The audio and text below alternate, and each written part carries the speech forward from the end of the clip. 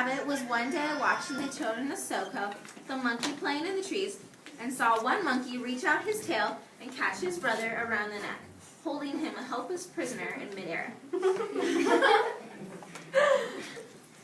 Kalulu thought this was splendid, and though he had no long tail, he could twist forest creepers with a noose. During the next few days, numbers of animals were caught in this way and held fast in the forest thickets, only escaping with difficulty. They thought it was only an accident, but had they known, it was Kalulu who was experimenting with his noose. At last, Polo the elephant decided to make a new village, and, being king of the animals, he invited all the animals in the forest to come and help him build it, with the exception of Kalulu. He had caught a whiff from Kalulu had caught a whiff of the delicious beans which Polo's wives were cooking for his dinner. When the beans were cold, Kalulu came out of the bushes and ate them up. Polo was furious when he reached home and found that his beans had been stolen. Whoever could have taken his dinner? Next day, the leopard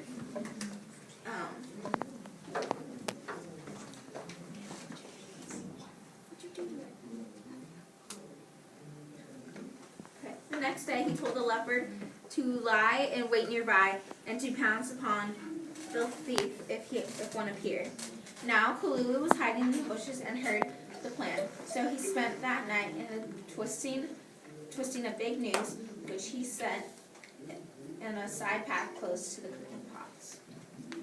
Next morning, when the animals had gone to work on the new village, Kalulu strolled out into the open and began to eat Polo's beans, with one eye on the place where he knew that the leopard was hiding.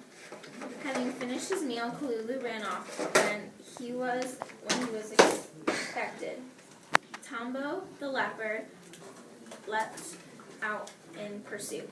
Kalulu bottled through the noose that he had set, and when Tombo followed, he was caught in the noose that he had set, and he swung there in midair, where he wiggled and squirmed till evening. And when the animals returned to the village and set him loose, Tombo was too ashamed to say that he had been fooled by a tiny little rabbit, so he simply said that some unknown animal had ensnared him. Next day, the leopard was set to watch the beans of the chief. But Kalulu had set a great noose between the two palm trees. When Kalulu had finished his meal of the chief's beans and was strolling away, the buffalo burst out at him. The rabbit had ran between the two palm trees, and when the leopard followed, he was caught by the noose and swung into midair, where he wiggled and squirmed until evening. When the animals returned, they set him loose. The leopard was so ashamed that he could not say how he had been outwitted, merely remarking that there must have been some misdoer dwelling among them. The leopard, the turtle, the elephant, all came together not to say how were all fooled in the same way, and still Kalulu stole Polo's daily bowl of beans. At last, the tortoise, wiser than the rest, went privately to King Polo the elephant and said, "If your wives will smear me with salt and put me in your dinner of beans tomorrow, I will catch the thief." The next day, the tortoise was secretly smeared with salt and hidden in the beans. The worthless rabbit began again to get his dinner without looking for it. And having set his noose, he soldered up the cooking pots when all the animals were out at work and began to eat. He thought that the beans were even nicer than usual. They were so deliciously salty, but before Kalulu could finish, the tortoise had bitten him tightly on his foot.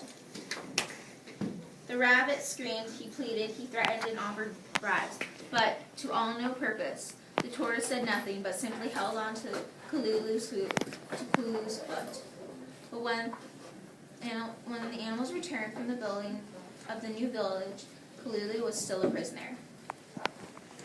Once the animals saw who the thief really was, they determined to pay him back exactly as he had treated them. For 6 days he had to do without any dinner, and every day they went off to work, leaving Kalulu tied by a noose on a tree. By that time this punishment was finished.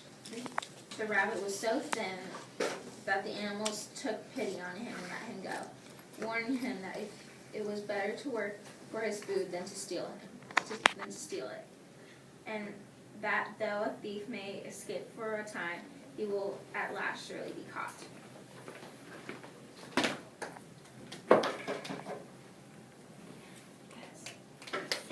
The end.